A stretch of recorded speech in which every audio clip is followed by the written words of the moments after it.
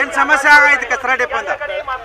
ಬೆಳಗಾವಿ ಜಿಲ್ಲೆ Belagavi smart city ಆದಂತ ಜಿಲ್ಲೆಯಲ್ಲಿ ತುರ್ಬುರಿ ಅಂತ ಗ್ರಾಮದಲ್ಲಿ ಇಡೀ ಬೆಳಗಾವಿ ಸಿಟಿಯ ಕಚರಾಗಳನ್ನ ಕಳೆದ 20 ವರ್ಷಗಳಿಂದ ತಂದು ಹಾಕ್ತಾ ಇದ್ದಾರೆ. 20 ವರ್ಷದಿಂದ ತಂದು ಹಾಕ್ತಾ ಇದ್ದಾರೆ. ಅದರ ಸುತ್ತಮುತ್ತಲಿರುವ ಹಳ್ಳಿಗಳು ಸುಮಾರು 50-60 ಹಳ್ಳಿಗಳಿದೆ.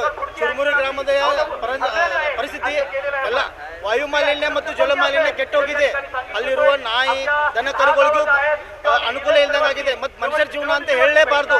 ಸರ್ಕಾರ ಕಣ್ಮುಚ್ಕೊಂಡು ಕೂತಿದೆಯಾ ಅಥವಾ ಈ ಅಧಿಕಾರಿಗಳು ಅನ್ಕೊಂಡಿದಾರ ಗೊತ್ತಾಗ್ತಾ ಇಲ್ಲ.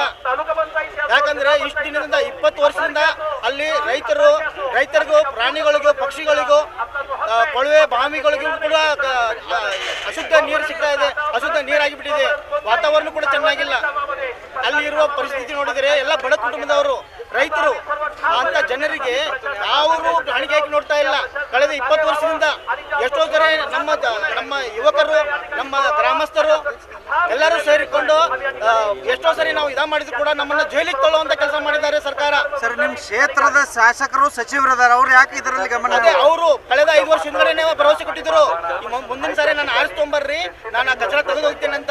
ಆರಿಸ್ತಕ್ಕಂಗೆ ತೆಗೆದೋಗಿರಿ ಅಂತ ನಾವು ಅವರಿಗೆ ಕಳಕಳಿ ವಿನಂತಿ ಮಾಡ್ಕೊಳ್ತೇವೆ ಶಾಸಕರಿಗೆ.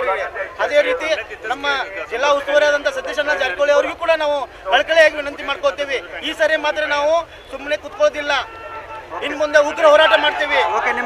ಕಳೆದ ಸಾರಿ ಜೈಲಿಗೆ ಹೋಗಿದ್ದೇವೆ. ಈ ಸಾರಿ ಏನಾಗುತ್ತೋ ಪ್ರಾಣ ಹಾನಿ ಕೂಡ ಆಗ್ಬೋದು. ಆತರ ಪರಿಸ್ಥಿತಿಯನ್ನು ಉಂಟಾಗಿದೆ. ಕಳೆದ 20 ವರ್ಷಗಳಿಂದ ಅಲ್ಲಿ ಇರುವಂತ ಪರಿಸ್ಥಿತಿ ಏನಾಗಿದೆ, ಯಾವುದೇ ಇಂಪ್ರೂವ್ಮೆಂಟ್ ಅಲ್ಲ. ಅದ್ರ ಇವ್ರು ಮಾಡ್ತಿರೋದು ಕಚರಾ ಕುಂಡೆ ಹತ್ತಿರ ಎಷ್ಟೋ ಸ್ಕೂಲ್ಗಳಿದಾವೆ. ಆ ಸ್ಕೂಲ್ಗಳಿಗೆ ಬರ್ತಿರುವಂತ ಸ್ಕೂಲ್ಗಳ ಸಂಖ್ಯೆನೂ ಕಡಿಮೆ ಆಗೋಗಿದೆ. ಕಾರಣ ಅಲ್ಲಿ ಇರುವ ವಾತಾವರಣದಿಂದ ಬೆಳಗಾವಿ ಸ್ಕೂಲ್ ಬರ್ತಾ ಇದಾರೆ ಎಲ್ಲ ಹುಡುಗರು. ಗೌರ್ಮೆಂಟ್ ಸ್ಕೂಲ್ ಬಂದಾಗುವಂತ ಪರಿಸ್ಥಿತಿ ಬಂದಿದೆ. ಅಲ್ಲಿ 4 ಗೌರ್ಮೆಂಟ್ ಸ್ಕೂಲ್ ಬರ್ತವೆ. ನೇರೆಸ್ಟ್ ಅಲ್ಲೇ ತುರ್ಮೂರಿ ಉಸ್ಗಾವ್ ಅಂತ